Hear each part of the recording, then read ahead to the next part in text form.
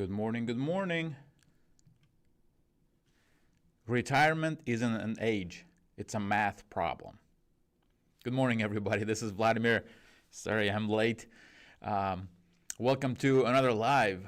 It's getting warmer here in Cleveland, a little bit by little bit. Today, I'd like to talk about retiring. It's maybe early for me, but for some people, it's not early anymore. And I was meeting with a client over Saturday talking about retirement. And some interesting things came up, and I would like to address those. And here they are. Why retirement has nothing to do with your age. You know, a majority of people think, okay, 60 years old, 62, by 67, I will retire. Well, it's not about your age. It's about math.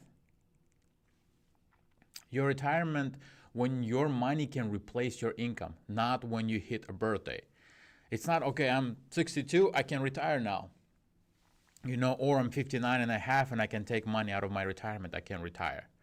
Do you have enough to do that? Two people are the same age can be decades apart financially. That's one of the reasons. Yes, you might be 62, but you didn't put anything for your retirement. Can you live on Social Security? Somebody were putting away money all their life. Can they retire? More likely than if you haven't. Spending matters more than how old you are. So how much money you spend every month will determine how much you need. So it's not about how old you are, but how much you spend versus how much you have or will have in retirement. Because remember, retirement, that means no income or partial income. And definitely we could change those numbers.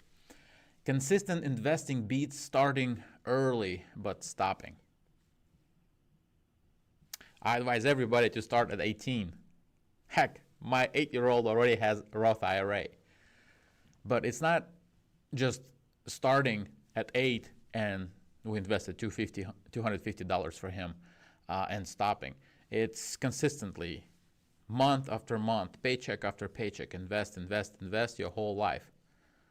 It's going to be cheaper and be more beneficial.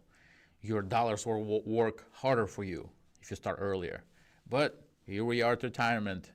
That's maybe too late to talk about that, about starting at 18 anyways. So the real numbers that decide if retirement is possible, how much you spend each month, how much you saved and invested, how consistently you are investing now, how many years your money have to grow. So those are the variables we have, right? How much do we spend? Hopefully, not hopefully, the plan is, according to Wealth Game, right? We're getting rid of all the debt. We don't do it over 20 years. We pause everything else and we knock it off.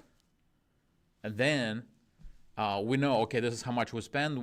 By retirement, we pay off our house. And then we calculate basically, okay, this is our expenses. Now we don't have mortgage, we have taxes. Taxes gonna go up, for sure. Our insurance gonna go up, of course. Our value gonna go up of the property, yes, therefore insurance gonna go up. Those are the things that we need to account for. Okay, so today maybe we live on $4,000 a month and $50,000 a year is enough for us. But is it going to be enough in retirement? Depending how far away it is.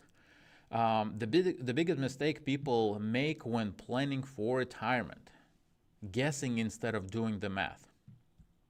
Again, if you think that you are 60 and you are about to retire, think again, or rather do the math.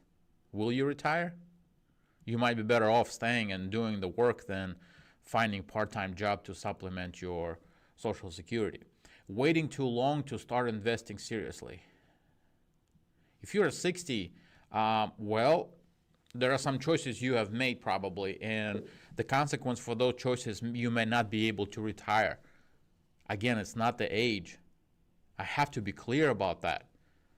We want to spend our money, our paychecks, every time we get them, and then we want in retirement to have the paychecks.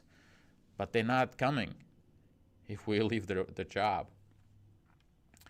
So if you wait too long, it's not that life is over, but you need to start right now and invest. That means you're gonna start. That means you might have to work longer in order to have the goal when your investments paying for your existence.